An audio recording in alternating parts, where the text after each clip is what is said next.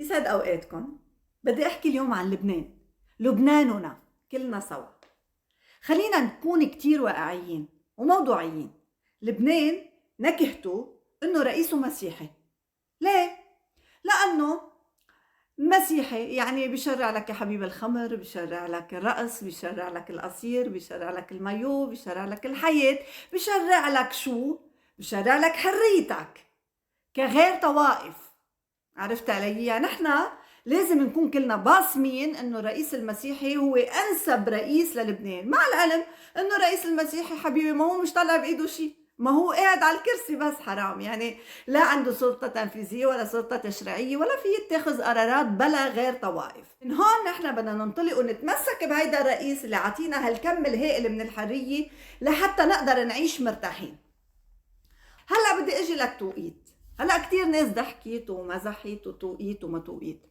انا شفت اكثر من حدا منزل انه بالزمانات في رئيس مسيحي شرع التوقيت، يعني هيدا التوقيت اللي نحن قايمين قيامتنا عليه بالزمانات تشرع، مزبوط. وانا مع انه يتشرع من رئيس مسيحي. لإلكن ليه؟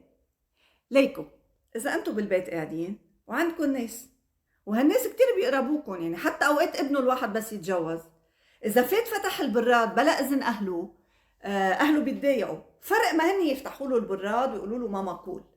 كمان هيدا رئيس مسيحي، التوقيت بخص الطائفه المسيحيه كلها اكيد. طب ليكو انتوا ليه بدكم تزعلوا؟ ما انتوا لما حدا بدق بالديانه عندكم بتقوموا الدنيا وما بتقعدوها.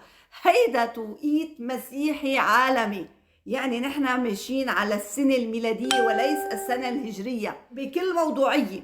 طيب اذا انت بدك تلغي التوقيت المسيحي فيك تلغيه، بس مش بتلغي شيعي سني بيلغي المسيحي، يعني بتجيب لك حدا مسيحي قعدوا معك بالجلسه والغي، شو المشكله؟ بيلتغى، ما كان حدا انتبه، ما كان حدا حكى. بعدين البطركيه اليوم ما رح تقبل. يعني انا انسانه كتير موضوعيه، عم وصلكم الفكره اللي غيري ما بيحكيها بس بفكر فيها. يعني كل مسيحي اليوم بلبنان عم يتهجر، عم بيروح، عم بيسافر. رح تكونوا مرتاحين بلا المسيحي بلبنان؟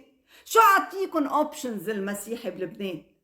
فكروا بكل سؤال سألتكم إياه من أول هيدا الفيديو، بتعرفوا إنه ما فيكن تتعايشوا معنا بالقول، بدكن تتعايشوا بالفعل.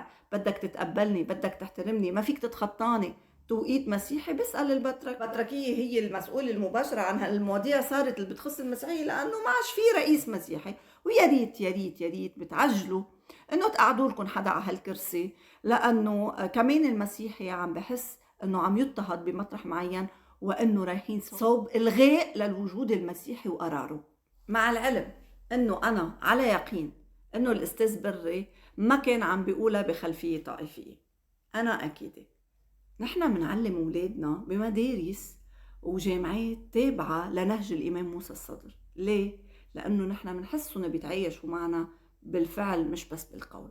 بس ما فينا نتخطى الظروف اللي نحن فيها. نحن بدنا نحكي الواقع مثل ما هو.